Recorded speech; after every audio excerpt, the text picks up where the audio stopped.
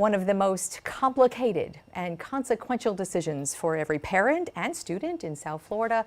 How will education happen come the start of the school year next month? Early this month, President Trump, you may recall, said that schools should open on time with the students and teachers in the classroom. And Florida's Secretary of Education quickly issued an order saying exactly that. But there was pushback immediately. Broward Superintendent of Schools, Runcie, was the first to say no way he would bring students and teachers back until he could guarantee their safety and health. And the superintendent is live with us via Skype from Fort Lauderdale. Good morning, Superintendent. Your decision to put schooling 100% virtual next month, a pretty bold move, the first in South Florida. And if you would start by really kind of digging down, and how on earth is that going to happen? Thank you, Michael, and glad to miss you guys, and great to be on your show this morning. Let me just say, when we had to pivot with just a week's notice to go from classroom-based instruction to virtual distance learning, that was a big challenge for us. And we know there were inconsistencies in what our parents and students experienced and what they expected. So what we've been doing over the summer is having a laser-like focus on how we would be able to change that experience for e-learning. So we're doing about 4 or 5 different things. Number one, this summer is primarily dedicated to extensive, serious training for all of our teachers so that they can develop the skills to use the tools and the platforms and better engage students. Number two, instruction is expected to incorporate live instruction. There was variability and questions about that during the last 12 weeks of school. It has to be live instruction. Three, we are creating flexibility for our students and families. At the elementary level, we will have a morning session that will go from about 8 to 2, and then we'll have another session that will go from 2:30 to about 8:30, where students will be able to read the same type of instruction. It will be able to accommodate parents we know who may not have an alternative, and they need to be there with their young children when they're online. So we're trying to accommodate our families as well. At the secondary level, we're providing additional support after hours, where there'll be teachers and educators in core subject areas that will be able to assist students and their families with work. We're also allowing our teachers to teach e-learning and work from their classrooms. Many have requested that. So we're putting a lot of things in place to make sure that we change that experience. But given the double-digit infection rates that exist in Broward County, we don't see a feasible path to open our schools any other way on August 19th. It is going to take a community-wide effort.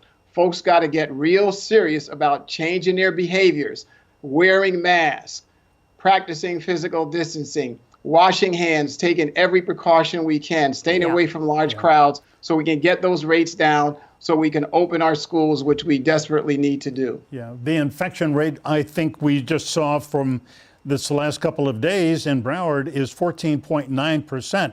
I mean, really, there's no way that you could ask teachers, students to go back into the schools with an infection rate like that. And frankly, the science seems to be not so certain about the ability of children 10 and older as vectors spreading coronavirus.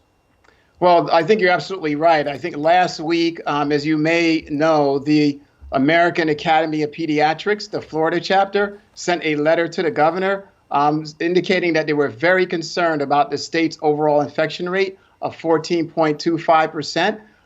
They indicated that you shouldn't consider opening schools until you get that infection rate down to the 3 to 5% range. We are way far from that. So that's a huge challenge. Also, I would add that when we hear examples of other countries, whether it be Denmark, Taiwan, Norway, and Singapore, and many of the other countries that folks tend to talk about that have opened, they have opened their schools under a whole different set of circumstances within the community.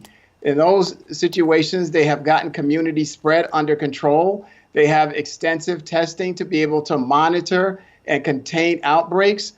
We need all of those things in place, the systems, the infrastructure to be able to do that. We were pleased last week to work with our Florida Department of Emergency Management to offer 3 of our schools as sites where individuals in Broward County could go and get testing. That's at Blanche Ely High School, Dillard High School, MacArthur High School. They're open during the day. They're going to be doing that for about 10 days, about 1,100 tests per day at each of those sites. Superintendent, we got to do everything. Can I, in the short time that we have, I just want to raise some of the things that we've been hearing, some of the concerns. A is the digital divide that some kids, some families might have to make sure that they have the tools they need to participate in this distance learning.